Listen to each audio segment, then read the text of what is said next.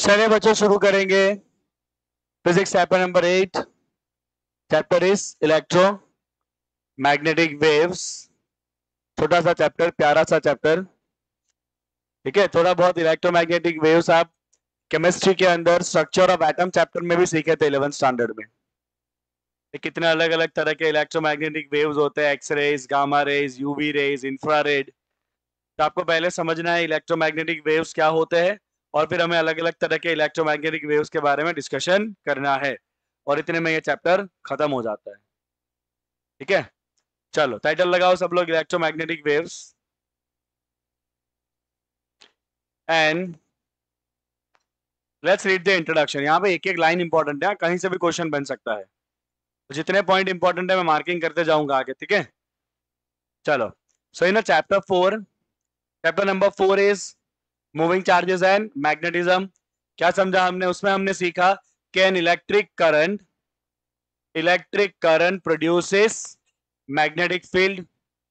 जहां पे करंट होता है, करंट अपने आजू बाजू क्या प्रोड्यूस करता है? मैग्नेटिक फील्ड प्रोड्यूस करता है। ठीक है, एंड अगर दो करंट कैरिंग वायर को पास पास में रखा है तो दोनों एक दूसरे के ऊपर क्या लगाते हैं? फोर्स लगाते हैं। तो सेकंड पॉइंट जो हमने 4th चैप्टर में सीखा था, that is two current carrying wire exert magnetic force on each other. सीखा था हमने ये।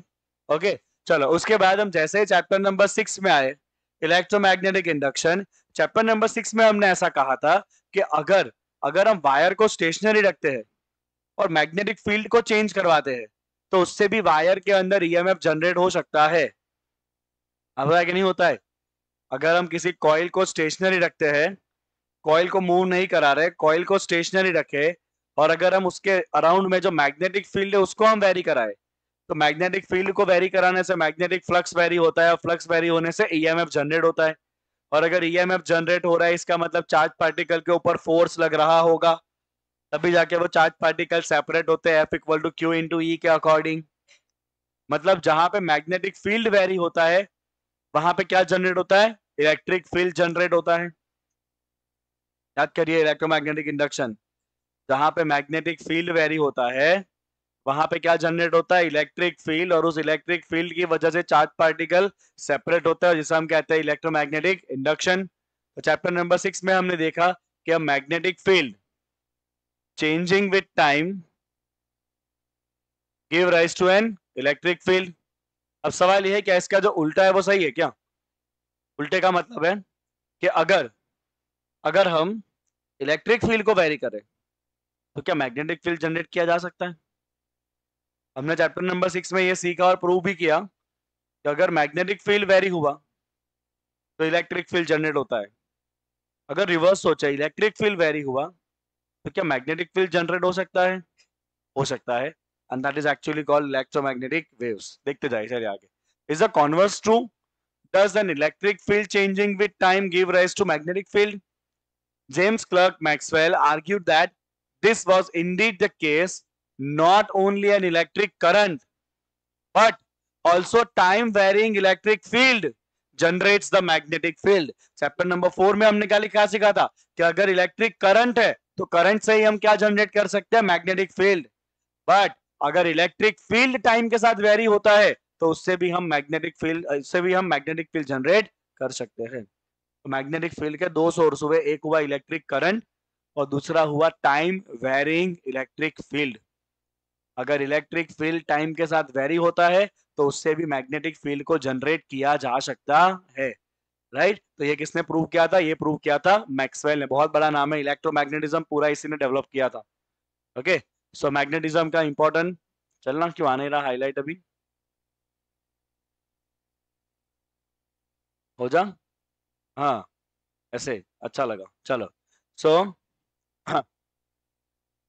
Not only electric current, not only an electric current but also time varying electric field generates what? Magnetic field. क्या generate करेगा ये? Magnetic field. कहाँ गया? सारा हाईलाइट निकल गया? आ रहा है, आ रहा है, आ रहा है। कहाँ गया? आ रहा है, आ रहा है, आ रहा है। प्रोसेसिंग स्लो लग रहा है इसका। आ गया? कहाँ गया? आ रहा है, आ रहा है, आ रहा है। इससे अच्छा तो मैं नीचे अंडरलाइन ना कर दूं, है क्या नहीं? टाइम वेस्ट खाली खाली करने का।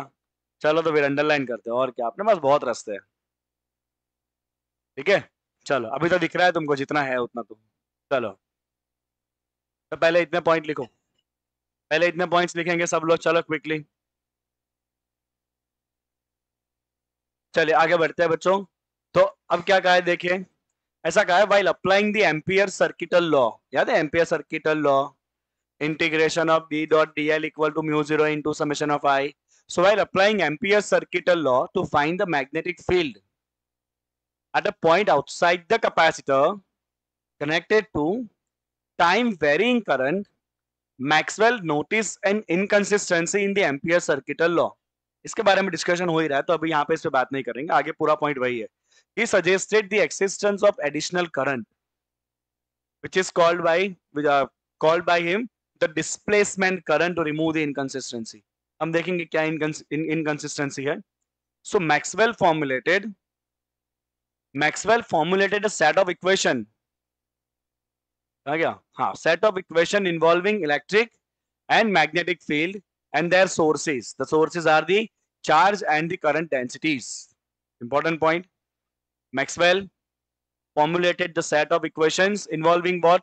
Electric and magnetic field and their sources. Electric field का source क्या होता है? Electric field का source होता है electric charge, और magnetic field का source क्या होता है? Current densities.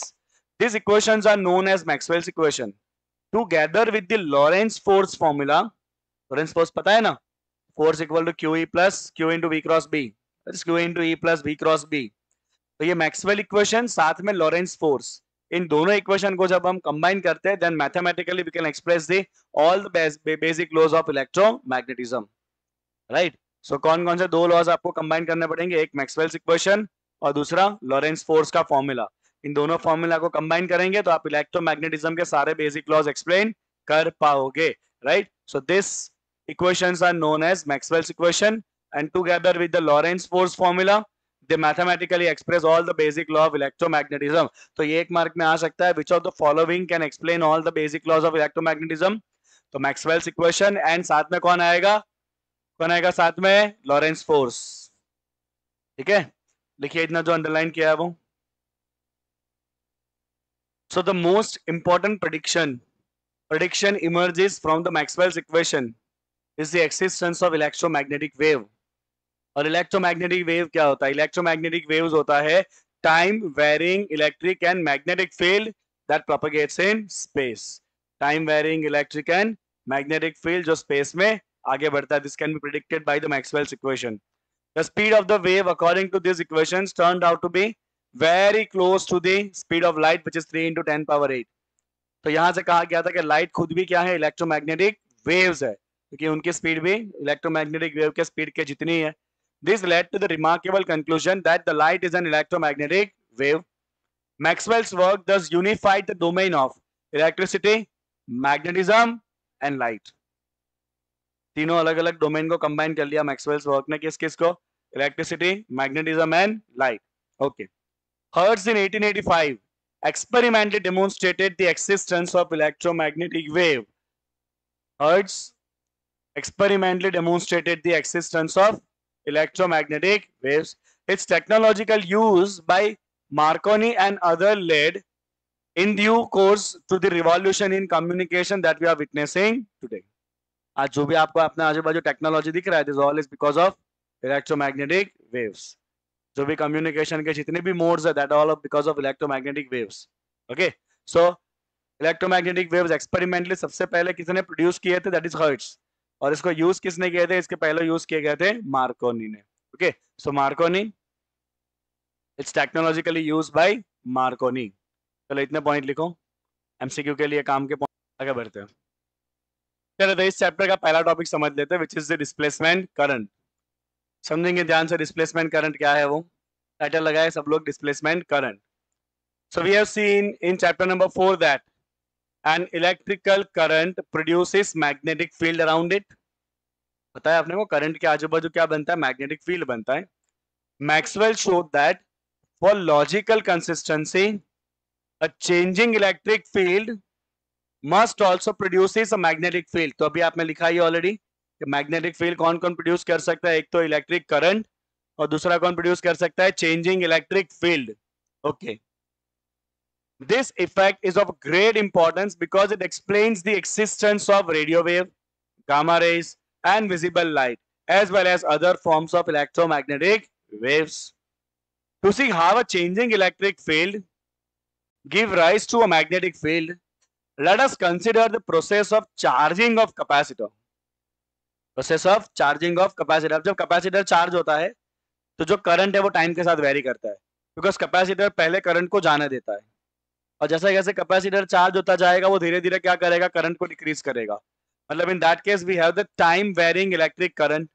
Okay, so we are going to consider the case of, we will take a case of, consider the process of charging of capacitor, and we apply the Ampere circuital law given by Ampere in chapter number 4. क्या था वो? Integration of B dot dl is equal to mu 0 into I.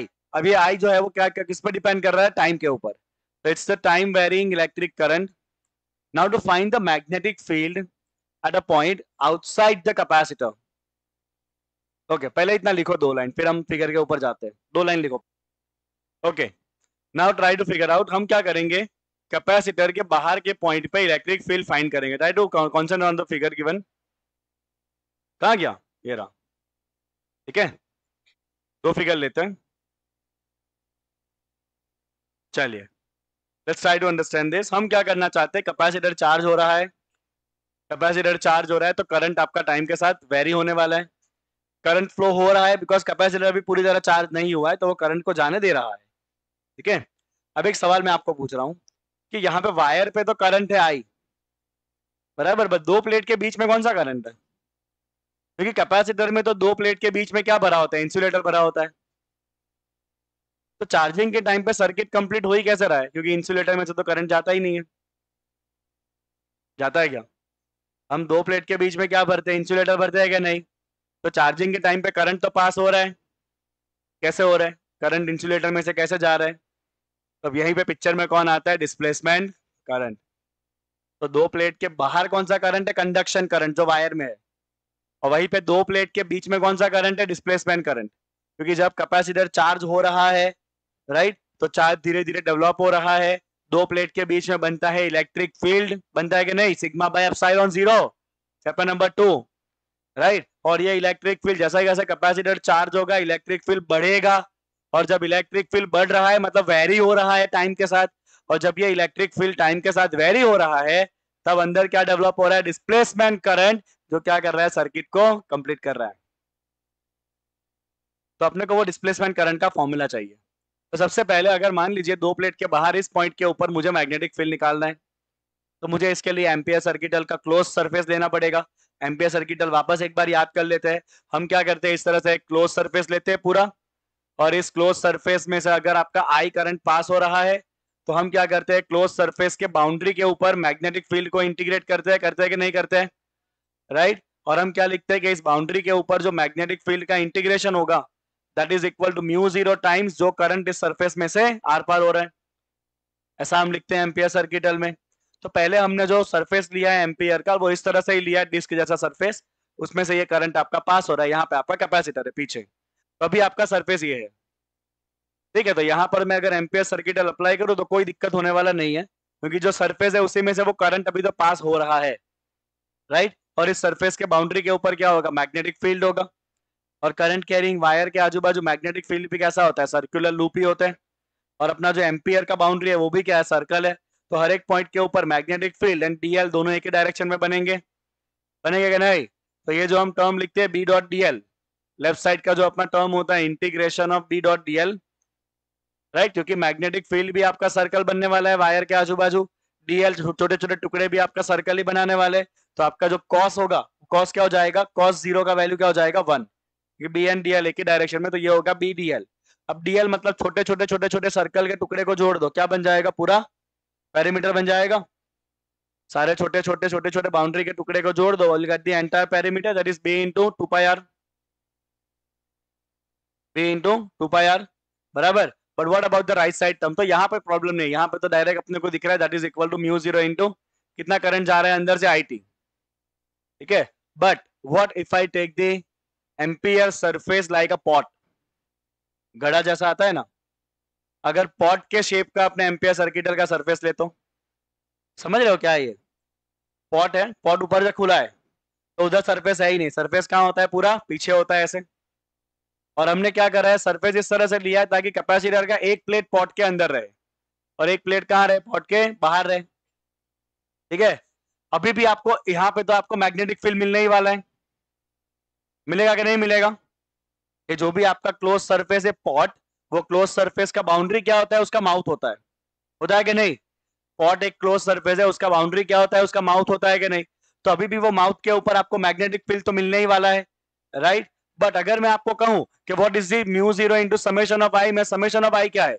Summation of आई वो होता है जो boundary को चीरते हुए जाए करंट। समेशन ऑफ आई क्या होता है? जो करंट बाउंड्री को चीरते हुए जाए। अब यहाँ पे जो पॉट वाला पार्ट है उसको चीरते हुए कोई करंट जा रहा है? जा रहा है कोई करंट पॉट वाले पार्ट को चीरते हुए? कोई नहीं जा रहा है, क्योंकि पॉट वाला जो सरफेस है वो तो कहां पर है? दो प्लेट के बीच में, और दो प्लेट के बीच में तो डायरेक्ट कोई करंट तो जा ही नहीं रहा है। जा रहा है क्या? नहीं जा रहा है ना, मतलब मैग्नेटिक फील्ड मिल रहा है बाउंड्री के ऊपर, बट समेशन ऑफ आई तो है ही नहीं डायरेक्टली अगर देखने जाए तो। इस बाउंड्री के ऊपर अभी भी मैग्नेटिक फील्ड मिल रहा है। अगर एम्पियर सर्किटल लॉ सही है तो फिर होना क्या चाहिए कि बी डी एल का integration mu zero into summation of I आना चाहिए। अभी अपने को मैग्नेटिक फील्ड तो मिल रहा है बाउंड्री के ऊपर, पॉट का जो सरफेस है, जो माउथ है, वहां पे मैग्नेटिक फील्ड अपने को मिल रहा है, बट पॉट के अंदर से सरफेस में से कोई डायरेक्ट करंट तो सरफेस में से पास ही नहीं हो रहा है, मतलब ये तो है ही नहीं, तो मैग्नेटिक फील्ड कहां से आया? मैग्नेटिक फील्ड कहां से आया? मतलब एम्पियर सर्किटल लॉ में कुछ ऐसा है जो मिसिंग है, और वो मिसिंग किसने ऐड किया था? मैक्सवेल ने। तो मैक्सवेल ने क्या कहा वो भी समझ लेते हैं। तो मैक्सवेल ने ऐसा कहा कि कैपेसिटर के दो प्लेट के बीच में क्या होता है? इलेक्ट्रिक फील्ड होता है, और वो इलेक्ट्रिक फील्ड का फॉर्मूला क्या होता है? इलेक्ट्रिक फील्ड का फॉर्मूला होता है sigma by epsilon zero, right? ये सिग्मा क्या होता है? सिग्मा होता है क्यू बाई ए। तो यहां से हमें क्यू क्या मिलेगा? हमें क्यू मिलने वाला है ए इंटू एप्सिलॉन जीरो, तो मिलेगा कि नहीं? Electric field between the plate sigma by epsilon zero, sigma होता है चार्ज बाय एरिया, तो अपने को चार्ज मिलेगा ए इंटू एप्सिलॉन जीरो, राइट? अब ये चार्ज हमारा टाइम के साथ वेरी हो रहा है, क्या हो रहा है? चार्ज हमारा टाइम के साथ वेरी हो रहा है कि नहीं हो रहा है? हो रहा है ना टाइम के साथ वेरी। तो अगर चार्ज टाइम के साथ वेरी हो रहा है तो if I write here what you mean by A into A, कौन सा flux? Electric flux. A into A क्या होता है? इलेक्ट्रिक फ्लक्स होता है। So I can write this charge is equal to electric flux into epsilon zero. Now if I differentiate, because capacitor charge हो रहा है तो कैपेसिटर का चार्ज धीरे धीरे बढ़ रहा होगा, मतलब चार्ज क्या हो रहा है? टाइम के साथ वेरी हो रहा है। तो if I right D Q by D T, if I write dq by dt, then it is equal to epsilon zero constant d by dt of the magnetic flux, sorry, electric flux, right? And what do you mean by dq by dt? That is the current I. कौन सा current है ये? This is called displacement current. कौन सा current है ये? Displacement current. जब आपने पॉट जैसा सरफेस लिया ना, तब आपको जो मैग्नेटिक फील्ड मिल रहा है ना पॉट के बाउंड्री के ऊपर, वो किसकी वजह से मिल रहा है? Because of the displacement current. और क्या होता है ये डिस्प्लेसमेंट करंट? ये होता है epsilon zero times of rate of change of electric flux. तो दो प्लेट के बीच में जो इलेक्ट्रिक फील्ड वेरी हो रहा है ना कैपेसिटर के चार्जिंग के टाइम पे, वो इलेक्ट्रिक फील्ड के वेरी होने की वजह से इलेक्ट्रिक फ्लक्स वेरी हो रहा है, और जो इलेक्ट्रिक फ्लक्स के वेरी होने का रेट है D five by D T, उसको जब एप्सिलॉन जीरो से मल्टीप्लाई करेंगे तो डायमेंशन किसका बन जाएगा? करंट का। और वो कौन सा करंट है? That is called displacement current. आई बात समझ में? तो अगर हमें एम्पियर सर्किटल लॉ को करेक्शन करके लिखना है जो मैक्सवेल ने लिखा था, तो corrected ampere circuital law can be written as okay B into D L that is equal to mu zero into I C plus I D. क्या लिखना चाहिए अपने को? I C plus I D. This is what we need to write. I C कौन सा current है? Conduction current जो wire में है, और आई डी कौन सा करंट है? डिस्प्लेसमेंट करंट जो दो प्लेट के बीच में है, राइट? तो अगर मेरा एम्पियर सर्किटल का सरफेस प्लेट के बाहर है, जैसे कि ये वाले केस में, तो यहां पे सिर्फ कौन सा करंट पास हो रहा है? Conduction current. और अगर मैं एम्पियर सर्किटल का सरफेस इस तरह से ले लूं पॉट जैसा, तो फिर कंडक्शन करंट तो पास ही नहीं हो रहा है, पास कौन हो रहा है उसमें? डिस्प्लेसमेंट करंट पास हो रहा है, जिसकी वजह से तुमको मैग्नेटिक फील्ड मिल रहा है बाहर प्लेट के बाहर के रीजन में। समझ आई बात आपको? हमेशा ध्यान रखना एम्पियर सर के, अभी आप कुछ बच्चे बोलेंगे सर यहाँ पे भी तो करंट तो पास हो ही रहा है ना, क्या बात कर रहे हो?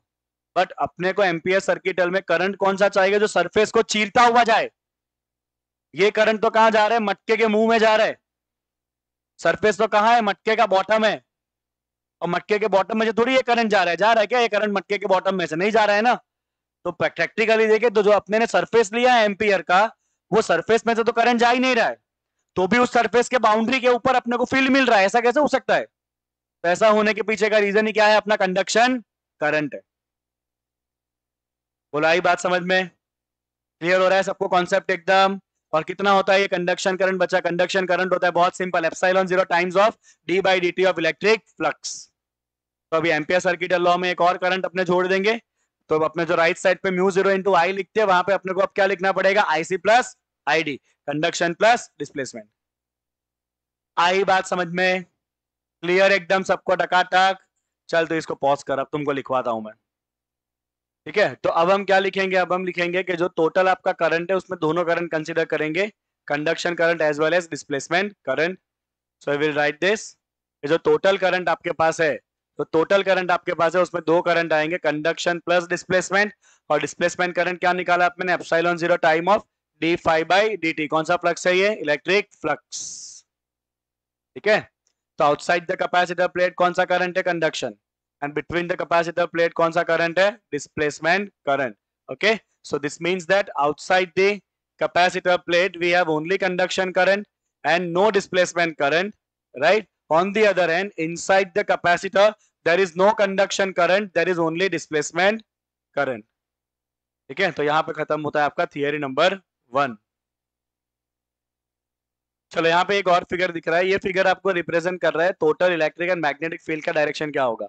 So between the two plates, ये प्लेट आपका पॉजिटिव है, देखिए चलना, ये प्लेट पॉजिटिव है, ये प्लेट नेगेटिव है, तो इलेक्ट्रिक फील्ड क्या होती है, प्लस टू माइनस, राइट। और जिस तरफ इलेक्ट्रिक फील्ड होगा उसी डायरेक्शन में होता है आपका डिस्प्लेसमेंट करंट। तो यहाँ पे डिस्प्लेसमेंट करंट भी इसी डायरेक्शन में है, तो अगर करंट इस डायरेक्शन में तो आपका मैग्नेटिक फील्ड इस तरह के सर्कल बनेंगे। तो देखो इस पॉइंट से आपका मैग्नेटिक फील्ड कहाँ आएगा, बाहर की तरफ आएगा, देखिए एरो को। ओके, और अगर हम मान लीजिए अगर हम इस इलेक्ट्रिक और मैग्नेटिक फील्ड को अगर ऊपर से देखते हैं, ऊपर से मतलब अगर मान ले ऐसे प्लेट है आपके, अगर हम फील्ड को यहाँ से देखते हैं तो क्या होगा, यहाँ से देखे या इस तरफ से देखे तो क्या होगा, और फिर अपन आपको मैग्नेटिक फील्ड पूरा सर्कल दिखाई देगा, और जो इलेक्ट्रिक फील्ड है वो आपको या तो डॉट दिखाई देगा या तो क्रॉस दिखाई देगा। अपने केस के अंदर इलेक्ट्रिक फील्ड इस तरफ जा रहा है, तो इधर से देखेंगे तो क्या दिखाई देगा, इलेक्ट्रिक फील्ड क्रॉस, और मैग्नेटिक फील्ड पूरे आपको सर्कल दिखाई देंगे, जो आपको यहाँ पे दिख रहा है इस फिगर के अंदर, दिख रहा है सबको, राइट। तो ये जो क्रॉस है वो कौन सा फील्ड है, इलेक्ट्रिक फील्ड है। ओके, और जो सर्कल है वो कौन सा फील्ड है, मैग्नेटिक फील्ड है। No need to draw this, समझ आ गया ना आपको, दो प्लेट के बीच में फील्ड। चलो तो अभी हम लिखेंगे generalise law of Ampere circuit, लिखो। तो एम्पियर सर्किट लॉ अभी तक हमने क्या सीखा था, चैप्टर नंबर 4 में, जब करंट आपका कांस्टेंट है तो क्या होता है Ampere circuit law, integration of B dot D L is equal to mu 0 into I. But अभी यहाँ पे क्या सीखा, अगर करंट वेरी हो रहा है तो फिर आईसी प्लस आईडी दोनों करंट लेने पड़ेंगे। तो ये हो जाएगा आपका जनरल लॉ, ये mu 0 into IC conduction current plus mu 0 into ID, ID ये आपका क्या है, डिस्प्लेसमेंट करंट है। तो ये हो गया आपका जनरलाइज लॉ, जिसे हम किस नाम से जानते हैं, जिसे हम जानते हैं एम्पियर मैक्सवेल लॉ। मैक्सवेल ने भी तो काम किया ना इतना, तो उसका भी तो नाम लगेगा। So it's the ampere Maxwell law, right. अगर ये साइंटिस्ट इंडियन होता तो कैसा नाम होता, रमेश सुरेश लॉ, अच्छा लग रहा है ना। पॉज करना। तो अब एक और पॉइंट सब लोग नोट डाउन करिए कि जो डिस्प्लेसमेंट करंट है उसकी सारी प्रॉपर्टी एग्जैक्टली कंडक्शन करंट जैसी होती है। So in all respect the displacement current has the same physical effect as the conduction current. Displacement current has the same physical effect as the conduction current, right. In some cases for example, अगर electric field steady है, अगर electric field कैसा है, steady है, तो electric flux change नहीं होगा। अगर फील्ड स्टेडी है तो फ्लक्स चेंज नहीं होगा, फ्लक्स चेंज नहीं होगा तो वहां डिस्प्लेसमेंट करंट नहीं होता है, खाली कंडक्शन करंट होता है। वही पे when you talk about the charging of capacitor, तो वहां दो प्लेट के बीच में इलेक्ट्रिक फील्ड कंटिन्यूसली वेरी होता है, तो वहां पे कौन सा करंट होगा? डिस्प्लेसमेंट करंट होगा, कंडक्शन करंट नहीं होगा। बट इन प्रैक्टिस अगर हम देखें, इंपॉर्टेंट बात, in practice, okay, in most of the cases both currents, कौन कौन सा करंट देगा मतलब क्या? IC and ID, both current may be present in the same region of the space. Why? Because there exists no perfectly conducting or no perfectly insulating medium. आपने दो plate के बीच में कैपेसिटर में इंसुलेटर रखा था, बट कोई भी material 100% insulator होता नहीं है, तो थोड़ा बहुत कंडक्शन करंट भी होता है और फील्ड के वेरी होने से डिस्प्लेसमेंट करंट भी बनता है, तो दोनों साथ में यूजुअली होते हैं, राइट? चलो फाइन। अब देखिए, ये समझिए इलेक्ट्रोमैग्नेटिक वेव्स का ओरिजिन आ रहा है अभी पिक्चर में। Understand this. Most interestingly, there may be large region of space where there is no conduction current. Current है ही नहीं, no conduction current, कोई बैटरी बैटरी कुछ नहीं है, there is no conduction current, but there is only a displacement current. कहां से आएगा displacement current? Due to time varying electric field. Okay, in such a region we expect a magnetic field. Current है ही नहीं, कोई battery नहीं है, कोई wire नहीं है, बट उस रीजन में किसी तरह से इलेक्ट्रिक फील्ड वेरी हो रहा है। अगर इलेक्ट्रिक फील्ड वेरी हुआ तो क्या बनेगा? डिस्प्लेसमेंट करंट बनेगा, और अगर करंट बना तो करंट के आजू बाजू क्या बनता है? मैग्नेटिक फील्ड बनता है। बनता है कि नहीं? मतलब जहां पे वेरिंग इलेक्ट्रिक फील्ड है वहां पे क्या जनरेट होगा? मैग्नेटिक फील्ड, और जहां पे वेरिंग मैग्नेटिक फील्ड है वहां पे क्या जनरेट होगा? Electric field. तो आपने जो सबसे पहला सवाल पूछा था ना इस क्वेश्चन में, कि हमने ये तो सीखा कि अगर मैग्नेटिक फील्ड वेरी होता है तो इलेक्ट्रिक फील्ड जनरेट होता है, तो अब यहाँ पे ये प्रूव हो गया कि अगर इलेक्ट्रिक फील्ड वेरी हुआ तो डिस्प्लेसमेंट करंट बनेगा, और अगर डिस्प्लेसमेंट करंट बना तो मैग्नेटिक फील्ड को प्रोड्यूस करेगा वो। ओके, तो varying one field produce other field, varying electric field produce magnetic field, varying magnetic field produce electric field. बोलो इतना सा तुम्हारा दिमाग है, कितना समझना पड़ता है ना, बाप रे बाप, तौबा तौबा। ओके, सो चलो पॉज कर दे इसको। चलिए, ये चारों लॉ जो है वो फिजिक्स को गवर्न करते हैं, इलेक्ट्रोमैग्नेटिज्म को। कोई भी एक आपके पेपर में होता है हमेशा, कभी पढ़ा हुआ, कोई नया कुछ नहीं है। चलो, सबसे पहला मैक्सवेल्स इक्वेशंस इन वैक्यूम। हमने कहा था ना मैक्सवेल के 4 इक्वेशन थे, और साथ में लॉरेंस फोर्स को कंबाइन कर दो, आप पूरा इलेक्ट्रोमैग्नेटिज्म समझ सकते हो। तो मैक्सवेल्स के वो कौन से 4 इक्वेशन है? तो पहला इक्वेशन है मैक्सवेल का गॉस लॉ फॉर इलेक्ट्रिसिटी। क्या था Gauss law for electricity? Electric flux integration of V dot D equal to Q by epsilon 0। फिर गॉस लॉ फॉर मैग्नेटिज्म, क्या सीखा आपने लास्ट चैप्टर में?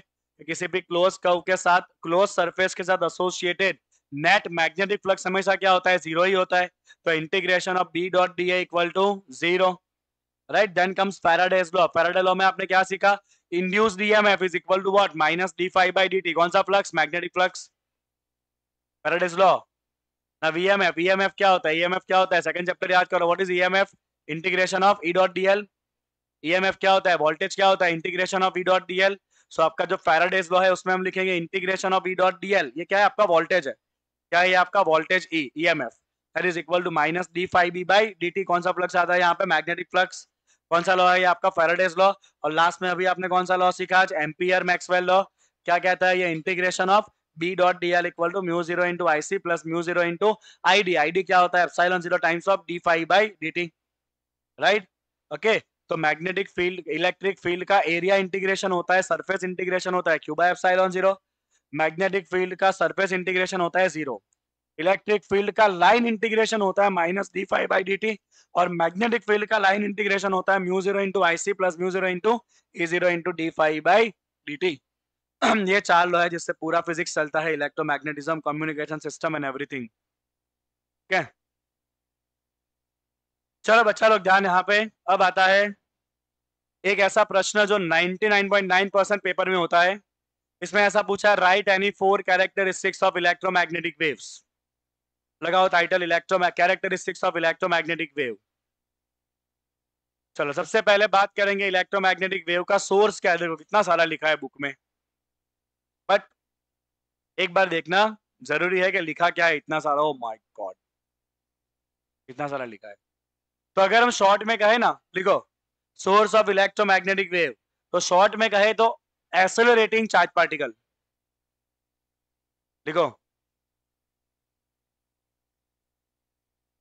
accelerating charged particles are source of electromagnetic waves. जब भी charge particle accelerate होता है, charge particle जब भी एक्सेलरेट होता है, इट प्रोड्यूस इलेक्ट्रोमैग्नेटिक वेव्स. चले पढ़ते हैं इसको, लिखा क्या है. How are electromagnetic wave produce? neither stationary charges nor charges in uniform motion. Uniform motion मतलब वेलोसिटी चेंज नहीं हो रहा है. मैंने क्या लिखवाया आपको? Accelerating charge particles. तो स्टेशनरी चार्जेस क्या बनाता है? Electric field. स्टेशनरी चार्जेस क्या बनाता है? Electric field. और अगर चार्ज पार्टिकल यूनिफॉर्म मूव हो रहा है मतलब इलेक्ट्रिक करंट, वो क्या बनाता है? Magnetic field. अपने को दोनों बनाना है, इलेक्ट्रोमैग्नेटिक वेव्स, इलेक्ट्रिक फील्ड भी चाहिए, मैग्नेटिक फील्ड भी चाहिए. सो neither stationary charges nor charges in uniform motion can be source of electromagnetic wave. The former मतलब stationary charges, they produce only electrostatic field, while the latter मतलब the charges in uniform motion मतलब steady current, it produces only magnetic field. However, this do not vary with time. It is an important result of Maxwell's theory that the accelerated charges radiate electromagnetic wave. क्या लिखा हमने? Accelerated charges produces electromagnetic waves. The proof of this basic result is beyond the scope of this book. इतने से दिमाग में नहीं आने वाला है, तो beyond the scope of this book है ये सब. But we can accept it on the basis of rough qualitative analysis. Consider a charge oscillating with some frequency. Charge oscillate कर रहा है with some frequency. This produces oscillating electric field. क्योंकि अगर charge oscillate कर रहा है तो उसमें से जो इलेक्ट्रिक फील्ड निकल रहा होगा वो भी ऑसिलेट कर रहा होगा. Okay, so it produces oscillating electric field. So charge oscillating with some frequency, it produces oscillating electric field in space which produces an oscillating magnetic field. क्योंकि अगर इलेक्ट्रिक फील्ड ऑसिलेट हो रहा है मतलब इलेक्ट्रिक फील्ड वेरी हो रहा है. Electric field अगर वेरी हुआ तो डिस्प्लेसमेंट करंट बना तो मैग्नेटिक फील्ड बनेगा. आगे ना. So it produces an oscillating magnetic field, which in turn is a source of oscillating electric field. तो इलेक्ट्रिक फील्ड क्या बना रही है? Magnetic field. मैग्नेटिक फील्ड वापस क्या बनाएगी? Electric field. इलेक्ट्रिक फील्ड क्या बनाएगी? Magnetic field. दोनों एक दूसरे को बनाते साथ में चलते जाएंगे आगे. ओके, चलो. The oscillating electric and magnetic field thus regenerate each other. The oscillating electric and magnetic field regenerate each other, so to speak, as a wave propagates through the space. The frequency of the electromagnetic wave naturally equals the frequency of oscillation. जितने frequency से charge oscillate कर रहा होगा उतने ही frequency का electromagnetic wave निकलने वाला है. ये point important है. चलो. The energy associated with the propagation of the wave comes at expense of the energy of the source, the accelerated charge. Okay, ये जो इलेक्ट्रोमैग्नेटिक वेव निकल रहा है मतलब कुछ एनर्जी रेडिएट हो रही है. कहां से आ रही है एनर्जी? तो आपने चार्ज को ऑसिलेट कराने के लिए कुछ ना कुछ सोर्स तो जोड़ा होगा, बैटरी या व्हाटएवर. तो उसका जो एनर्जी है वही लॉस हो रहा है in form of the electromagnetic waves. ठीक है, लिखिए. चलिए इतना. चलो भाई आगे बढ़ते हैं. So from the preceding discussion, it might appear easy to test the prediction that light is an electromagnetic wave. We might think that all we needed to do was to set up an AC circuit in which the current oscillate at the frequency of visible light.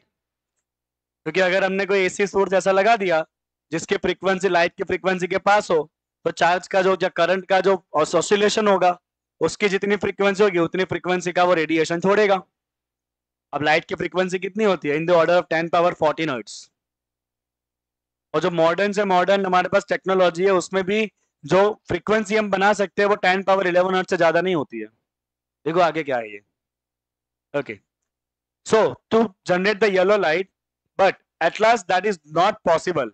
The frequency of yellow light is about 6 into 10 power 14 hertz. अब इतनी ज्यादा frequency का आपको AC source लगाना पड़े तब जाके आपको ये फ्रीक्वेंसी की लाइट मिल सकती है. While the frequency that we get even with modern electronic circuit is hardly about 10 power 11 hertz.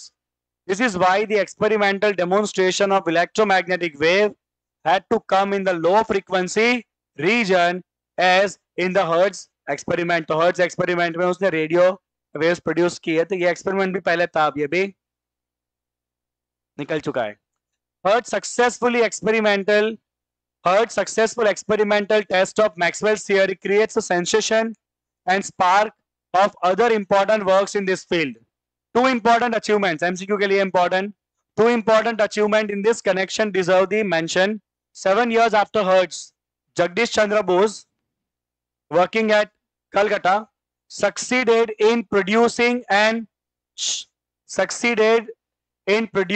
observing the electromagnetic waves of much shorter wavelength, 25 millimeter to 5 millimeter. Jagdish Chandra Bose ने इलेक्ट्रोमैग्नेटिक वेव्स जनरेट किए थे lab में, जिसका wavelength क्या था, करीब 25 millimetre to 5 millimetre. Hertz ने जो वेव बनाए थे वो कौन से रीजन में थे, रेडियो वेव में थे. इसने और शॉर्टर वेवलेंथ बनाए थे 25 mm to 5 mm. His experimental like that of Hertz was confined to the laboratory. Lab से बाहर नहीं आ पाया वो काम. At around the same time, क्या है, गुग्लिएल्मो, क्या लिखा है, गुग्लिएल्मो Markovnikov. The same time, Marconi in Italy followed Hertz's work and succeeded in transmitting the electromagnetic waves over a distance of many kilometers. तो इलेक्ट्रोमैग्नेटिक वेव्स सबसे पहले किसने बनाए थे, हर्ट्ज ने. फिर किसने बनाया, जगदीश चंद्र बोस ने शॉर्टर वेवलेंथ के वेव्स बनाए. और इन वेव्स को सबसे पहली बार ट्रांसमिट कराने का काम किसने किया था, मार्कोनी ने किया था. Markovnikov experiment marks the beginning of the field of communication using the electromagnetic waves. आज हमें पता है आसानी से electromagnetic waves thousands of kilometre travel कर लेते हैं. आप जब बोलते हो कुछ तो फोन में से जो इलेक्ट्रोमैग्नेटिक वेव्स निकलते हैं वो सीधे जाते हैं सैटेलाइट पे. सैटेलाइट से जाते हैं दूसरे कम्युनिकेशन सैटेलाइट के अंदर. अगर आप मान लीजिए यहाँ से यूएस बात कर रहे हो तो यहाँ का सैटेलाइट वो सिग्नल यूएस के ऊपर सैटेलाइट होगा वहां भेजेगा और वहां से वो जाएंगे, क्या कहते हैं उसको, टावर में. टावर से आपको वापस वो सिग्नल जो सामने सुन रहे हैं उसको मिलता है. और ये सारी चीजें हो जाती है with in fraction of second. कोई टाइम लैग नहीं होता है, with in fraction of second. सोचिए टेक्नोलॉजी जो पहले लोगों ने सोचा होगा कि ऐसा कुछ कर सकते हैं. ऑडियो के बाद इन्होंने वीडियो के बारे में सोचा कि लाइव वीडियो कॉलिंग का कुछ टेक्नोलॉजी बनाते. तो सोचो एक वीडियो ट्रांसमिट करने के लिए कितने सारे सिग्नल एक सेकंड में जनरेट होते होंगे, जिनको कितने थाउजेंड्स ऑफ किलोमीटर ट्रांसमिट करवा के दूसरे एंड पे भेज के वापस डिकोड करना होता है, तब जाके वो दिखता है. कोई टाइम लैग भी नहीं होता है, कोई टाइम लैग नहीं. यहाँ पे वो सामने यूएस में बैठा हुआ इंसान बोलता है एग्जैक्टली उसी फ्रैक्शन पे आपको वो दिखता है क्लियरली एकदम. कैसे कैसे लोग रहे होंगे, कैसे कैसे साइंटिस्ट रहे होंगे जो ये सोच भी रख सकते हैं कि ऐसा भी हो सकता है. और आने वाले समय में और क्या क्या होगा. हम तो बहुत तुच्छ प्राणी है ऐसा लगता है इन सबको देख के. हम तो क्या जिंदा रहने के लिए खाली जी रहे. इनके विजन होते हैं कि नहीं कुछ ऐसा करना है, ऐसा कुछ बनाना है. इलॉन मस्क क्या सोचता है कि आराम से मंगल ग्रह पे लोगों को ले जाना है और वापस भी लाना है. बोलो, ये उसका विजन है. मंगल ग्रह यहाँ से दिखता नहीं है, उधर तक लेके जाना है. बोलो, नासा 2030 में नासा पहले किसी लड़की को भेजने वाला है मार्स के ऊपर. 1 वे मिशन है, ऐसा मैंने रील में देखा है. अब रील में कितना सही कितना गलत पता नहीं. चलिए कोई बात नहीं, लिखेंगे इसको. चलिए बच्चा लोग, जाना पहचाना हुआ एक सेकंड प्रॉपर्टी बात करते हैं कि इलेक्ट्रोमैग्नेटिक वेव्स में इलेक्ट्रिक फील्ड ऑसिलेट करेगी, मैग्नेटिक फील्ड ऑसिलेट करेगी और वेव आगे बढ़ेगा. तो वेव और कुछ है नहीं, वेव क्या है, oscillating electric and magnetic field. और दो बात आपको ध्यान रखना है, इलेक्ट्रिक एंड मैग्नेटिक फील्ड दोनों एक दूसरे को परपेंडिकुलर ऑसिलेट करती है. अगर इलेक्ट्रिक फील्ड मान लीजिए कि वाई में ऑसिलेट कर रहा है तो मैग्नेटिक फील्ड जेड में ऑसिलेट करेगा. और जो वेव का डायरेक्शन होगा वो उन दोनों को परपेंडिकुलर होगा.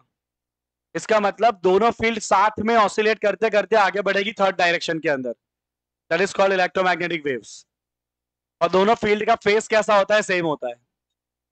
ठीक है, लिखिए पहला पॉइंट कैरेक्टरिस्टिक में. तो दूसरा पॉइंट आ गया अपना. तो पहला तो अब मैंने सोर्स लिखा, सेकंड पॉइंट लिखो इसके अंदर, सेकंड पॉइंट लिखे इसके अंदर.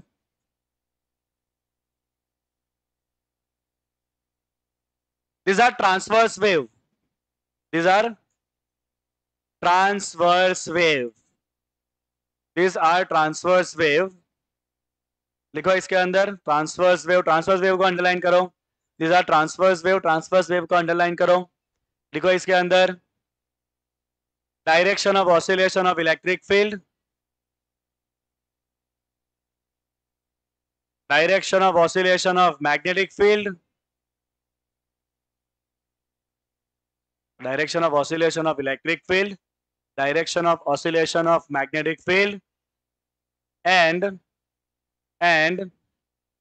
direction of wave propagation, direction of wave propagation are mutually perpendicular.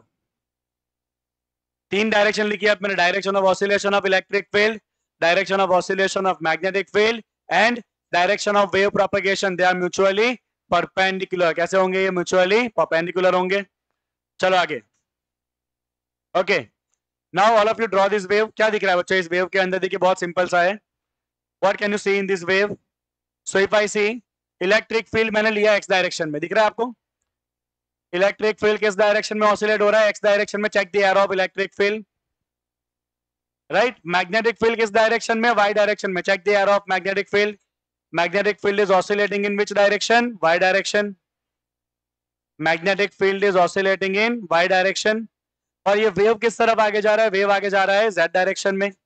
तो इलेक्ट्रिक फील्ड का इक्वेशन क्या लिखेंगे? बिकॉज यह वेव्स, तो वेव का जनरल इक्वेशन अपने 11th स्टैंडर्ड में पढ़े थे लास्ट चैप्टर में. तो इलेक्ट्रिक फील्ड किस डायरेक्शन में ऑसिलेट कर रहा है? एक्स डायरेक्शन में. तो इलेक्ट्रिक फील्ड एक्स डायरेक्शन में, तो E X that is equal to E0 sine. आगे किस तरफ जा रहा है? इलेक्ट्रिक फील्ड ऑसिलेट होते होते Z डायरेक्शन में.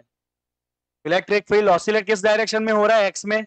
तो इलेक्ट्रिक फील्ड किस डायरेक्शन में? X. आगे किस तरफ बढ़ रहा है? वो Z में. तो यहाँ पे क्या आएगा? KZ minus omega T. क्या आएगा यहाँ पे? KZ minus omega T. Similarly magnetic field किस डायरेक्शन में ऑसिलेट हो रहा है? Y में. तो मैग्नेटिक फील्ड होगा BY that is equal to magnetic field का मैग्नीट्यूड B0 साइन. ये भी ऑसिलेट होते होते आगे किस डायरेक्शन में बढ़ रहा है? Z में. तो यहां भी आएगा sine KZ minus omega T. Right. और वेव के प्रोपगेशन का डायरेक्शन क्या है? Z है. ओके, तो लिखिए फटाफट. पहले फिगर ड्रॉ करिए. पॉज कर दे इसको. सारे टर्म समझते हैं तो बहुत सिंपल सा है, आपने सब 11 में पढ़ा था वही है. ये K क्या होता है? K को हम कहते हैं एंगुलर वेव नंबर. क्या होता है ये K? 2 pi by lambda. लिखो formula K equal to 2 pi by lambda. Lambda is wave length. Right. What is omega? Omega is the angular frequency. Omega क्या होता है? ओमेगा होता है angular frequency. Omega is angular frequency. क्या होता है omega? Omega equal to 2 pi F. Omega equal to 2 pi F. क्या होता है ओमेगा? ओमेगा होता है एंगुलर फ्रीक्वेंसी. ठीक है, चलो. What will be the direction of the wave propagation? Omega by के. स्पीड ऑफ वेव क्या होता है? स्पीड ऑफ वेव होता है ओमेगा बाई के. लिखिए नेक्स्ट पॉइंट. नेक्स्ट पॉइंट लिखिए speed of propagation. Speed of propagation of the wave. The speed of propagation, light की स्पीड से ट्रैवल करेगा. सी इक्वल टू ओमेगा बाई के. सी इक्वल टू ओमेगा बाई के. ठीक है, सी इक्वल टू ओमेगा बाई के. Now what is omega? Omega होता है 2 pi by F. Sorry, omega is 2 pi F. What is k? 2 pi by lambda. 2 pi cancel. तो speed का एक और फॉर्मूला क्या बनेगा? Lambda into F. ये सारे जब तुम छोटे छोटे आए थे ना 11th क्लास में, तब ये क्या तुमने सेकंड चैप्टर केमिस्ट्री में स्ट्रक्चर ऑफ एटम में. Speed equal to lambda into F. Okay, और अब शायद कहीं किसी चैप्टर में ये सीख के आए हो कि वैक्यूम में लाइट का स्पीड होता है, इन अ वैक्यूम लाइट का स्पीड होता है 1 upon under root of mu 0 into E0. सीखा है कहीं पे आपने ये? किस चैप्टर में? Chapter number 4. यस, तो ये सारे एक ही जैसे फॉर्मूला है. सबसे आपको क्या मिलेगा? स्पीड ऑफ वेव मिलने वाला है. लिखो तीनों फॉर्मूलाज. लिखते जाओ, लिखते जाओ. हो गया क्या? लिखते जाएंगे सब लोग फटाफट, नोट्स लिखते जाएंगे साथ साथ में. चलो आगे बढ़े. Let's see what are the next formulas. ये तो हो गया वैक्यूम के अंदर. राइट. अगर वेव किसी मीडियम में ट्रैवल कर रहा है तो अगर वेव मीडियम में ट्रैवल कर रहा है तो मीडियम में लाइट का स्पीड क्या हो जाएगा? वेव का स्पीड क्या हो जाएगा? 1 upon under root of mu into E. Mu 0 E0 की जगह क्या हो जाएगा? 1 upon under root of mu into E हो जाएगा. वैक्यूम की जगह पे हम मीडियम का परमिटिविटी और मीडियम का परमिएबिलिटी लेंगे, राइट? तो लिखिए speed of wave in medium, speed of wave in medium, electromagnetic wave, speed of electromagnetic wave in medium, ठीक है? Now tell me what is refractive index? Refractive index n क्या होता है? सी by we. सी क्या है? 1 upon under root of mu 0 E 0, और V क्या है? 1 upon under root of mu E. तो ये हो जाएगा तुम्हारा mu by mu 0 into E by E 0। क्या कहते हैं म्यू बाई म्यू 0 को? Mu R. और ई बाई ई 0 को क्या कहते हैं? ई आर, या उसको कहते हैं के, dielectric constant, E by E 0, epsilon bye epsilon 0। तो किसी भी मीडियम का रिफ्रैक्टिव इंडेक्स आपको मिलता है by the formula under root of mu r into e r. अब पॉज कर दे इसको, अभी कुछ काम का है तो निकालते हैं, right? Radio and TV signal कह रही थी एनर्जी। चलो नेक्स्ट लिखो, ओए नेक्स्ट लिखो तो। Electromagnetic waves carries energy, electromagnetic waves carries energy. Waves energy carry करते हैं बिकॉज अपने को पता है इलेक्ट्रिक फील्ड के पास भी एनर्जी होता है, मैग्नेटिक फील्ड के पास भी एनर्जी होता है। याद करो energy density of electric field क्या होता है? Half into epsilon 0 into e square. Similarly energy density of magnetic field क्या होता है? B square by 2 mu 0। तो ये इलेक्ट्रिक फील्ड मैग्नेटिक फील्ड दोनों के पास क्या होता है? एनर्जी होता है। तो लिखो इलेक्ट्रोमैग्नेटिक वेव्स कैरी एनर्जी, ठीक है? लो प्यारा सा एग्जांपल। एक इंपॉर्टेंट पॉइंट तो रह गया जिसका एमसीक्यू 100% पेपर में आता ही आता है। ओके लिखो दे, okay magnitude of electric and magnetic fields are related by magnitude of electric and magnetic field are related by the formula says that E0 by B0 is equal to speed of light c, E by B equal to c, electric field का magnitude divide by magnetic field का magnitude, E0 by B0 equal to speed of light c। ये कैसे भूल सकते हैं हम? E by B equal to c, इसका MCQ हमेशा पेपर में होता ही है। c is the speed of light. चलो आगे बढ़ते हैं। देखो एग्जांपल नंबर 1 क्या है, प्यारा प्यारा क्वेश्चन। क्या कहा है देखो, plane electromagnetic wave of frequency, चलो क्या दे दिया? Frequency f, travels in a free space मतलब vacuum along the x direction. Wave किस डायरेक्शन में? x में है, ठीक है?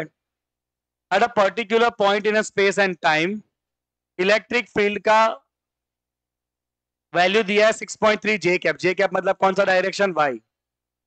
तुम्हें बताना है what is the magnetic field at that point. Magnetic field vector form में क्या होगा तुमको बताना है उस पॉइंट के ऊपर।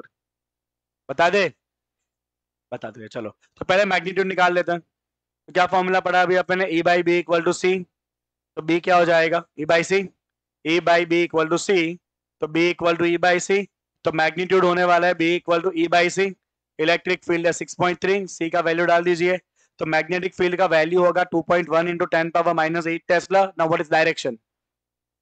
तो वेव के प्रोपगेशन का डायरेक्शन होता है E क्रॉस B। क्या होता है? वेव का डायरेक्शन होता है E क्रॉस B, ठीक है?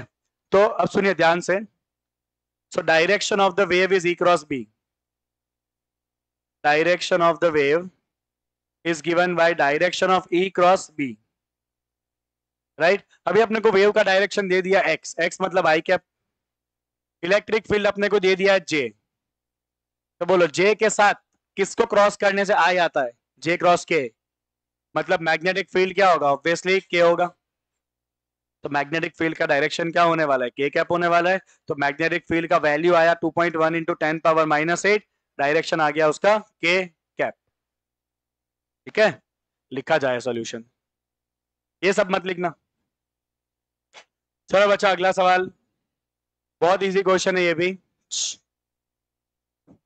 आपको मैग्नेटिक फील्ड का एक इक्वेशन दे दिया है और वहां से मुझे फाइंड करना है what is the wave length, what is the frequency. चलो ठीक है, बहुत सिंपल सा है ये, बहुत सिंपल सा है ये। ओके सो ये होता है तुम्हारा magnitude B equal to B0 sine के एक्स प्लस ओमेगा टी। तो ये कौन सा वैल्यू हो गया के क्या होता है 2 पाई बाई लैम्बडा। के क्या होता है 2 पाई बाई लैम्बडा होता है कि नहीं। तो वहां से मुझे लैम्बडा मिल जाएगा। Wavelength lambda equal to 2 pi by K, that's 2 pi divide by 0.5 into 10⁻³ that is equal to 4 pi into 10⁻³ metre. यह आ गया वेवलेंथ। चलो फ्रीक्वेंसी कहां से लाएंगे, तो ओमेगा के साथ क्या होता है टी होता है, मतलब ये क्या है ओमेगा। ओमेगा क्या होता है 2 पाई एफ, तो एफ क्या हो जाएगा omega by 2 pi. Omega is 1.5 into 10⁻11 divide by 2 into pi. Solve कर लेना, that is 0.75 by pi into 10⁻11 hertz. Done. What is the expression for the electric field. तो इलेक्ट्रिक फील्ड का magnitude चाहिए होगा, क्या हो जाएगा इलेक्ट्रिक फील्ड का magnitude E0 equal to c into B0, because E by b क्या होता है C होता है, तो E क्या हो जाएगा C इंटू B0। C का वैल्यू 3 इंटू 10⁻8 एंड B0 का वैल्यू कितना है वहां रहेगा 2 इंटू 10⁻−7, तो ये हो जाएगा 60, 6 इंटू 10⁻1 60। तो इलेक्ट्रिक फील्ड का डायरेक्शन क्या होगा वो चेक करो। इसने बी ने वाई ऑक्यूपाई कर लिया है, वेव का डायरेक्शन है एक्स, यहाँ वेव का डायरेक्शन आता है जिस डायरेक्शन में वेव आगे बढ़ रहा है, तो ये वेव का डायरेक्शन है। ये मैग्नेटिक फील्ड ने वाई ऑक्यूपाई कर लिया, बचा क्या जेड बचा के नहीं, तो इलेक्ट्रिक फील्ड किस डायरेक्शन में होगा जेड में होगा। तो electric field equal to a zero का वैल्यू कितना है 60, बाकी ब्रैकेट एज इट इज आएगा साइन, क्योंकि दोनों का फेस कैसा होता है सेम होता है, तो ब्रैकेट क्या आएगा दोनों का सेम आएगा। डन डन डन डन आ गया आंसर, लिखो जैसे मैंने लिखा वैसे। चले बच्चा अब बात करेंगे अबाउट द इलेक्ट्रोमैग्नेटिक स्पेक्ट्रम। देखिए सारे तरह के इलेक्ट्रोमैग्नेटिक वेव का स्पीड सेम होता है बट फ्रीक्वेंसी अलग अलग होता है। On basis of the frequency and wavelength हमें अलग अलग तरह के इलेक्ट्रोमैग्नेटिक वेव्स मिलते हैं। So the classification of electromagnetic wave according to the frequency is called electromagnetic spectrum. कौन कौन से वेव्स हमें मिलते हैं अगर जनरलाइज आइडिया लगाए तो सबसे ज्यादा फ्रीक्वेंसी वाले जो वेव है वो होता है, सबसे कम फ्रीक्वेंसी के जो वेव है वो है रेडियो। रेडियो वेव के बाद आते हैं माइक्रोवेव, माइक्रोवेव के बाद आते हैं इंफ्रारेड, इंफ्रारेड के बाद आते हैं विजिबल, विजिबल के बाद यूवी, यूवी के ज्यादा फ्रीक्वेंसी एक्सरे, एक्सरे से ज्यादा फ्रीक्वेंसी गामा रेज। जितनी ज्यादा फ्रीक्वेंसी उतनी वेव की एनर्जी ज्यादा होती है, तो formula E equal to HF। तो ये सबसे ज्यादा फ्रीक्वेंसी वाले डेंजरस वेव होते हैं, ठीक है। वेवलेंथ और फ्रीक्वेंसी में क्या रिलेशन है इनवर्स। तो अगर वेवलेंथ की बात करें तो इनका वेवलेंथ कैसा होगा शॉर्टेस्ट, और इनका वेवलेंथ कैसा होगा लॉन्गेस्ट। ये शॉर्टेस्ट वेवलेंथ के वेव है और ये लॉन्गेस्ट वेवलेंथ के वेव है। कितना होता है वेवलेंथ ध्यान रखना है आपको ये। तो रेडियो वेव का वेवलेंथ 0.1 मीटर से बड़ा होता है, 10 सेंटीमीटर से भी लंबे वेवलेंथ वाले वेव जो है वो रेडियो वेव्स है। माइक्रोवेव होता है 0.1 मीटर से लेके 1 मिलीमीटर वेवलेंथ में। कितना है माइक्रोवेव 0.1 मीटर से 1 मिलीमीटर। देन इंफ्रारेड, इंफ्रारेड और छोटे होंगे 1 मिलीमीटर से 700 नैनोमीटर। फिर आता है अपना विजिबल, विजिबल होता है 700 नैनोमीटर से 400 नैनोमीटर। उससे कम फ्रीक्वेंसी में आता है यूवी, यूवी रेज होता है 400 नैनोमीटर से लेके 1 नैनोमीटर। यूवी के बाद आता है एक्सरे, एक्सरे होता है 1 नैनोमीटर से लेके 10⁻³ नैनोमीटर, और 10⁻³ नैनोमीटर से भी अगर छोटे वेवलेंथ के वेव है तो उसे क्या कहेंगे, उसे हम कहेंगे गामा रेज। तो ये ऑर्डर आप याद रखिएगा, एमसीक्यू में पूछा जा सकता है मैच द फॉलोइंग में, ठीक है। चलिए अब पहले तरह के वेव पढ़ते हैं which is radio waves. Detail सारा हाईलाइट किया ही हुआ है। प्रोड्यूस कौन करेगा, तो इसका सोर्स है accelerated motion of charges in conducting wire. क्या सोर्स है इसका रेडियो वेव्स का, accelerating charge particle in conducting wires. They are use for radio and television communication system, इसलिए रेडियो वेव्स नाम है इनका। फ्रीक्वेंसी का रेंज क्या है इनका, फ्रीक्वेंसी का रेंज होता है 500 किलो हर्ट्ज से लेके 1000 मेगा हर्ट्ज। 500 किलो हर्ट्ज से लेके 1000 में। आप रेडियो के चैनल की बात करोगे ना तो रेडियो के चैनल होते हैं अराउंड 98.1 मेगाहर्ट्ज या 100 मेगाहर्ट्ज के आजू बाजू सारे चैनल होते हैं। 89.7 से रेडियो स्टेशन चालू होता है और लास्ट में होता है 101.1, जहां तक मुझे पता है वहां तक, ठीक है। तो इसका फ्रीक्वेंसी का रेंज होता है करीब 530 किलो हर्ट्ज से लेके 1000 मेगाहर्ट्ज, ठीक है। अप टू 54 मिली हर्ट्ज, सुनिए ध्यान से, up to 54 milli hertz they are used for short wave bands. Up to 54 milli hertz are use for short wave bands. TV के जो वेव होते हैं ये होते हैं 54 मिली हर्ट्ज से लेके 890 मिली हर्ट्ज। ये सारे एमसीक्यू है, इसमें कोई बहुत ज्यादा समझाने वाली बात नहीं, आपको याद रखना है, राइट। 54 मिली हर्ट्ज से कम हुआ तो short wave bands, 54 milli hertz से लेके 890 मिली हर्ट्ज ये हो जाएगा आपका, sorry mega hertz, 54 mega capital है मेगा हर्ट्ज, 54 मेगा हर्ट्ज से लेके 890 mega hertz, that comes in the category for TV waves. Okay, then the FM frequency, FM का मतलब होता है फ्रीक्वेंसी मॉड्यूलेटेड। एक चैप्टर हुआ करता था कम्युनिकेशन सिस्टम, अभी निकाल दिया, ठीक है। ओके, सो एफएम का मतलब होता है फ्रीक्वेंसी मॉड्यूलेटेड। एफएम के जो सिग्नल होते हैं वो होते हैं 88 मिलीहर्ट्ज से लेके 108 मिलीहर्ट्ज। मैंने आपको बोला ना इसी के रेंज में सारे चैनल आते हैं, 88 मेगाहर्ट्ज से लेके 108 मेगाहर्ट्ज, ठीक है। And cellular phone, mobile phone use करते हैं radio wave to transmit the voice communication in the ultra high frequency band. Mobile phone जो हम यूज करते हैं उसमें जो वॉइस कम्युनिकेशन होता है, वॉइस सिग्नल, उसके लिए यूज होता है UHF. UHF is ultra high frequency band, UHF ultra high frequency band. तो ये this is all about the radio waves. Okay, चलो रेडियो वेव से ज्यादा फ्रीक्वेंसी में कौन आता है, microwaves. So microwaves are short wavelength radio waves. Wavelength और छोटी होगी, शॉर्ट वेवलेंथ के जो रेडियो वेव्स है उसी को क्या कहा जाता है, माइक्रोवेव्स कहा जाता है। ओके, कितना होगा इसका फ्रीक्वेंसी, क्योंकि वेवलेंथ छोटा हुआ है तो फ्रीक्वेंसी बढ़ेगा। कितना frequency, in the range of gigahertz. Produce कैसे होंगे, they are produce by special vacuum tubes called klystron, magnetrons and gun diodes. Microwaves के सोर्स क्या है, special type of vacuum tube which is klystrons, वही लिखा klystrons, magnetrons and gun diodes. क्या use है इसका, it is suitable for radar system, very important. Microwaves are use for radar system. Radar पता है क्या होता है, ट्रेस करने के लिए ऑब्जेक्ट्स को, right. Use for radar system in the aircraft navigation. चलो, radar also provide the basis for the speed guns used to time the fast balls, tennis serves and automobiles।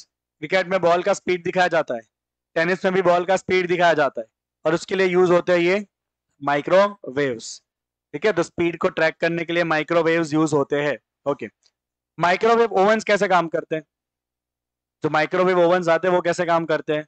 So the frequency of the microwave is selected to match the resonant frequency of the water molecule, so that energy from the waves is transmitted efficiently to the kinetic energy of the molecule.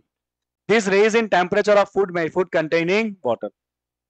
तो basically food जिसके अंदर पानी का थोड़े बहुत, food में basically थोड़ा बहुत पानी तो रहता ही है, तो वो पानी के जो पार्टिकल है उनकी जो नेचुरल फ्रीक्वेंसी होती है ऑसिलेशन की, उतने फ्रीक्वेंसी के इलेक्ट्रोमैग्नेटिक वेव्स डाले जाते हैं। और जब एक्सटर्नल फ्रीक्वेंसी और नेचुरल फ्रीक्वेंसी सेम होता है तो क्या हो जाता है, रेजोनेंस। और रेजोनेंस होने पे जो पार्टिकल होता है, वाटर पार्टिकल, उसकी काइनेटिक एनर्जी मैक्सिमम हो जाएगी। मतलब मेजॉरिटी जो एनर्जी हम दे रहे हैं वो काइनेटिक एनर्जी के फॉर्म में वाटर पार्टिकल को मिलेगी। वाटर पार्टिकल हीटअप होगा, अल्टीमेटली जो फूड है वो हीटअप होता है। This is the concept of the microwave. Clear microwave. चलो आगे बढ़ते हैं, एक कदम और आगे चलते हैं माइक्रोवेव से, and that is infrared. Which waves, infrared. अब क्या लगता है साढ़े 6 तक हो जाएगा, 22 मिनट बाकी है अभी तो। चलो, infrared waves. So infrared waves produce कौन करेगा, they are produce by hot bodies and molecules. हर एक गर्म ऑब्जेक्ट अपने टेम्परेचर के अकॉर्डिंग कुछ ना कुछ वेव एनर्जी रेडिएट करता रहता है, और उसे क्या कहते हैं अपने, उसे कहते हैं अपने इंफ्रारेड वेव्स। चलो, they are referred as heat waves. क्या कहते हैं इंफ्रारेड वेव्स को, अपने कहते हैं heat waves, because water molecule present in most material readily absorb the infrared waves. CO2, ammonia also absorb the infrared waves. After absorption, their thermal motion increases. That is, they heat up and heat their surrounding. क्या कहते हैं infrared waves को अपने, heat waves कहते हैं। क्यों heat waves कहते हैं, क्योंकि जो वाटर मॉलिक्यूल होते हैं वो ये हीट वेव को, या जो इंफ्रारेड वेव है उसको क्या कर लेते हैं, एब्जॉर्ब कर लेते हैं। साथ में और कौन कौन से गैसेज है जो एब्जॉर्ब कर सकते हैं, CO2, अमोनिया। ये क्या करते हैं, इंफ्रारेड वेव्स को एब्जॉर्ब कर लेते हैं, और जब वेव्स को एब्जॉर्ब करेंगे एनर्जी मिलेगी, एनर्जी से उनकी थर्मल मोशन बढ़ जाएगी और वो गर्म हो जाएंगे।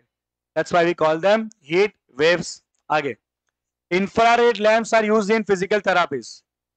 Infrared lamps are used in physical therapies, कहीं पे बॉडी में स्ट्रेन वेन आ जाता है, राइट, तो जो फिजियोथेरापीज यूज करते हैं lamps, that lamps contain this infrared waves, very important. Physical therapy में क्या यूज होता है, इंफ्रारेड लैंप्स, वेरी इंपॉर्टेंट। इसमें कंफ्यूजन होता है माइक्रोवेव के इंफ्रारेड, तो माइक्रोवेव तो खाना बनाने के लिए यूज होता है, इंफ्रारेड होता है फिजिकल थेरापीज के अंदर। Infrared radiation also plays an important role in maintaining the earth warmth or average temperature through the greenhouse effect. Greenhouse effect पता है ना सबको, क्या होता है, क्या समझाना पड़ेगा, 5th स्टैंडर्ड से करते आ रहे हो, grip of green house, green house, green house. तो green house is basically useful effect. अगर ग्रीन हाउस इफेक्ट नहीं होता तो अर्थ पे हम रह ही नहीं पाते। मेजोरिटी प्लेनेट पे क्या होता है, जहां पे एटमॉस्फेयर नहीं है वहां क्या होता है, दिन के टाइम में बहुत गर्मी, रात के टाइम में एकदम आइस कोल्ड चील, तो वहां पे इंसान रह ही नहीं सकता है। अब अर्थ में क्या है ना कि ये जो सारे गैसेस है, वाटर वेपर है, CO2 है, और बाकी जो सारे गैसेस है वो क्या करते हैं, सनरेज जो आते हैं अर्थ के सरफेस पे गिरते हैं, सरफेस गर्म होता है, उसके बाद वो जो इंफ्रारेड रेस छोड़ता है, कौन, अर्थ का सरफेस, ये क्या करते हैं, उन रेस को बाहर नहीं जाने देते, एब्जॉर्ब कर लेते हैं, एटमॉस्फेयर के अंदर ही वो हीट को मेंटेन रखते हैं। इसलिए रात के टाइम पे जब सनलाइट नहीं आती है तो ये जो पर्टिकुलर गैसेस ने जो हीट एब्जॉर्ब करके रखा है वो हमारे सरफेस के टेम्परेचर को मेंटेन रखता है। बट अब हो क्या रहा है, क्योंकि अभी गैसेस का अमाउंट एक्सेस हो रहा है, तो क्या हो रहा है ना, ये ग्रीन हाउस इफेक्ट धीरे धीरे बढ़ती जा रही है, इससे जो ओवरऑल अर्थ टेम्परेचर है वो बढ़ता जा रहा है, that's called green house effect. Anyway, चल आगे बढ़ते हैं। So incoming visible light is absorb by the earth surface and radiated as infrared wave. जो मैंने कहा, सनलाइट आएगी, अर्थ सरफेस एब्सॉर्ब करेगा, फिर वापस रेडिएट करेगा in form of infrared. This radiation is trapped by greenhouse gases such as carbon dioxide and water vapor. Infrared detectors are used in Earth's satellite both for military purpose and observe the growth of the crops. Used in the remote switches of household electronic systems such as TV sets, video recorder and hi-fi system. ये hi-fi है, Wi-Fi नहीं है, क्या है ये, hi-fi system ही है, होगा कुछ hi-fi system, देख लेना क्या है वो, ठीक है। तो टीवी में आगे एक छोटा सा लैंप होता है, बल्ब में, टीवी के रिमोट में आगे छोटा सा एक लैंप होता है, जैसे तुम स्विच दबाते हो तो वो लैंप में से एक सिग्नल निकलता है, वो इंफ्रारेड वेव होता है, और वो इंफ्रारेड वेव जैसे सर्किट को मिलेगा वो सर्किट का कैपेसिटेंस चेंज करता है, और सर्किट का कैपेसिटेंस चेंज होने से आपको दूसरी चैनल दिखाई देगी, ठीक है। चलो, this is all about the infrared waves. अब इंफ्रारेड से एक कदम और आगे चलते हैं, आ जाता है visible. Visible rays are detected by the human eye, देख सकते हैं हम उनको, डिटेक्ट कर सकते हैं। चलो, क्या होता है उनका फ्रीक्वेंसी, तो फ्रीक्वेंसी होता है 4 × 10⁻14 हर्ट्ज से लेके अबाउट 7 × 10⁻14 हर्ट्ज, और सबसे लोवेस्ट फ्रीक्वेंसी है वो रेड कलर का होता है, और हाईएस्ट फ्रीक्वेंसी किसका होता है, वायलेट का। वेवलेंथ होता है कितना, वेवलेंथ होता है 700 नैनोमीटर से 400 नैनोमीटर, और सबसे शॉर्टेस्ट वेवलेंथ है वो वायलेट का होता है 400 नैनोमीटर, और सबसे लॉन्गेस्ट वेवलेंथ किसका होता है, रेड का होता है। तो मैं यहाँ पे ये लिख देता हूँ, ये क्रॉस नहीं करना है आपने को, ये आप लिखा है ना, ये रहा रेड एंड वायलेट। चलो, snakes can detect infrared waves and the visible range of many insects extend well into the UV region also. हमें नहीं दिखता है, हमें खाली यही वाला रेंज दिखता है, सांप को जो है वो इंफ्रारेड भी दिखता है, इंफ्रारेड मतलब इससे शॉर्टर जो फ्रीक्वेंसी है वो भी उनको सेंस होते हैं, दिखते हैं उनको, क्या करें, हमें नहीं दिखता है। चलो, अब थोड़ा हाई फ्रीक्वेंसी में चलते हैं। हाई फ्रीक्वेंसी में कौन आता है, पहले आता है यूवी रेस, अल्ट्रावायलेट रेस। चलो, अल्ट्रावायलेट रेस की वेवलेंथ, इनकी वेवलेंथ होती है कितनी, शॉर्टर वेवलेंथ में जा रहे हैं अभी हम, तो वेवलेंथ होता है 400 नैनोमीटर से करीब 0.6 नैनोमीटर। कितना होता है, 400 नैनोमीटर से 0.6 नैनोमीटर। चलो, produce by special lamps and very hot bodies. It is absorbed in the ozone layer, सबको पता है यूवी रेस कौन एब्जॉर्ब करता है, ओजोन एब्जॉर्ब करता है, ठीक है। अगर वो ओजोन लेयर में अगर डिप्लेशन हो गया तो यूवी रेस डायरेक्ट आएंगे, उससे क्या होगा, more melanin causing the tanning of the skin. UV radiation is absorbed by ordinary glasses. तो ऑर्डिनरी ग्लास होते हैं घर पे, वो यूवी रेस को एब्जॉर्ब कर लेते हैं, तो अगर ओजोन लेयर डेप्लेट हो भी गया तो घर के अंदर रहो कुछ नहीं होगा, खिड़कियां ग्लास की होनी चाहिए। चलो, okay. UV produce by welding arcs. Welding arc से कौन सा गैस, कौन सा रेस प्रोड्यूस होता है, ultraviolet rays. Important MCQ, welding arc produces UV rays. Due to its shorter wavelength, UV radiation can be focused into very narrow beams for high precision applications such as LASIK. नाम सुना है चश्मे के number काटने का surgery? चश्मे के number काटने का सर्जरी है LASIK सर्जरी. LASIK सर्जरी में यूज होते हैं ये वाले रेस. कौन से रेस? UV rays. और फुल फॉर्म है LASIK का laser assisted in situ keratomileusis. क्या नाम है इसका? Laser assisted in situ keratomileusis. In situ मतलब साथ में मिक्सचर के अंदर. Okay. UV lamps are used to kill germs in water purifier. Ultraviolet lamps use हुए थे फिजिकल थेरेपी में. यूवी रेज यूज होते हैं for killing the germs in drinking water. आपने देखा होगा वो प्योरीफायर की एड में आता रहता है यूवी प्योरीफाई ये तो यूवी प्योरीफायर्स आते हैं. चलिए डेंजरस वेव में चलते हैं अभी. X rays and then gamma rays. Detail है नहीं ज्यादा. एक्सरे का वेवलेंथ है करीब 10⁻⁻8 मीटर से 10⁻⁻13 मीटर. बहुत शॉर्ट वेवलेंथ में है ये. To generate X-ray, bombard a metal target by high energy electrons. So metal target पे high energy electron incident कराने से X-rays निकलते हैं. ये भी टॉपिक पहले हुआ करता था, अभी उड़ा दिया. It is used for diagnostic tool in medicine as a treatment of certain forms of cancer. सबको पता है ये cancer therapy. Gamma rays most dangerous, सबसे शॉर्टेस्ट वेवलेंथ, सबसे high frequency 10⁻⁻10 meter to 10⁻⁻14 meter wavelength, produced in nuclear reaction and also emitted by radioactive nuclei. They are used in medicine to destroy the cancer cells. बोल खत्म हो गया chapter? हो गया. Done. Check out the last table जहां पे सारे waves एक साथ में दिए. जो मैंने हाईलाइट किया ना उसको आपको ध्यान में रखना है खाली. ठीक है, सारे वेव्स एक साथ में. बाकी मेजॉरिटी चीजें कवर हो चुकी है. ओके, तो भी हमारे पास वापस लास्ट में दिया हुआ है table which has type, wavelength, production and detection. सबसे पहला कौन सा वेव आता है? रेडियो. वेवलेंथ लंबे रहते हैं. कितना वेवलेंथ होता है? More than 0.1 metre. Okay, product कौन करेगा, प्रोड्यूस कौन करेगा इसको? Rapid acceleration and deceleration of electrons in aerial. आगे थियरी में क्या लिखा था? Accelerating charge particle in wire. Actual में क्या है ये? Rapid acceleration and deceleration of electrons in aerials. Detect कौन करेगा इसको? Receivers aerial. एरियल पता है ना क्या होता है? वो डिस्क होती है कि नहीं? That's called aerials. ठीक है. Then comes microwave. थोड़ी वेवलेंथ शॉर्ट होगी 0.1 से 1 नैनोमीटर. मैंने आगे लिखा था ना पूरा लाइन में, यहां से लिखा था. आगे जो लिखे थे ना लाइन में सारे वेवलेंथ स्टार्टिंग में, तो यहां से लिखा था. चलो, इसका माइक्रोवेव का प्रोडक्शन अभी अपने देखा है. क्लिस्ट्रॉन वाल्व और मैग्नेट्रॉन वाल्व. डिटेक्ट करेगा इसको पॉइंट कांटेक्ट डायोड. ध्यान से करना है, अच्छी चीज है. जेई के अंदर ऐसे मैच द फॉलोइंग आ जाता है कभी कभी. जोरा भी लाइक देने लेने का इसको. Infrared 1 nanometre to 700 nanometre, 1 millimetre to 700 nanometre. Okay, produce कौन करेगा? Vibration of atoms and molecules. हमने क्या लिखा इंफ्रारेड में? हमने आगे थियरी में क्या लिखा कि हॉट बॉडी प्रोड्यूस इट. तो हॉट बॉडी में जो एटम्स होते हैं, मॉलिक्यूल होते हैं, वाइब्रेट करते हैं, उससे ये वेव्स निकलते हैं. डिटेक्ट कौन करेगा इसको? डिटेक्ट करेगा thermopiles, bolometer, infrared photographic film. देखो हाईलाइट किया, ध्यान रखना. Thermopiles and bolometer is used to detect infrared waves. Okay. Then अभी एक जेई का पीवाईक्यू देखा था हमने. 11th वालों के एक चैप्टर सॉल्व करा रहे थे. उसमें ऐसा एक जेई का पीवाईक्यू था कि the distance travel by 1 metre is defined as distance travel by light in this particular. ऐसा कुछ था, ऐसा पीवाईक्यू था, न्यूमेरिक बेस. तो वो एक्चुअली सॉल्व करने वाला था ही नहीं. आपको 11th स्टैंडर्ड में स्टार्टिंग में ऐसा यूनिट सिस्टम का पूरा टेबल दिया हुआ है. वो टेबल में सारे यूनिट का डेफिनेशन है, और वो डेफिनेशन में से उन्होंने निकाला था. बोलो वो क्वेश्चन. हर एक लाइन मूल्यवान है. एनीवेज आगे चलो. Light, visible light. 700 से 400 नैनोमीटर. कौन प्रोड्यूस करेगा? Electrons in atom emit the light when they move from one energy level to the lower energy level. पता है ना वो Lyman Balmer Paschen bracket 1 high level से लो लेवल. कौन detect करेगा? Eye, photocell and photographic film.